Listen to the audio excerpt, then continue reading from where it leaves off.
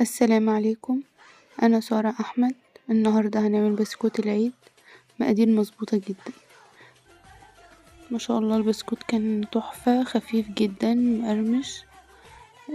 رسمته متغيرتش، كل حاجة فيه كانت جميلة. كل سنة وانتم طيبين. ياريت تشتركوا في القناة وتفعلوا زر الجرس، متنسوش تعملوا اللايك الجميل بتاعكم، واستنوني مع وصفات جديدة، وإلى اللقاء.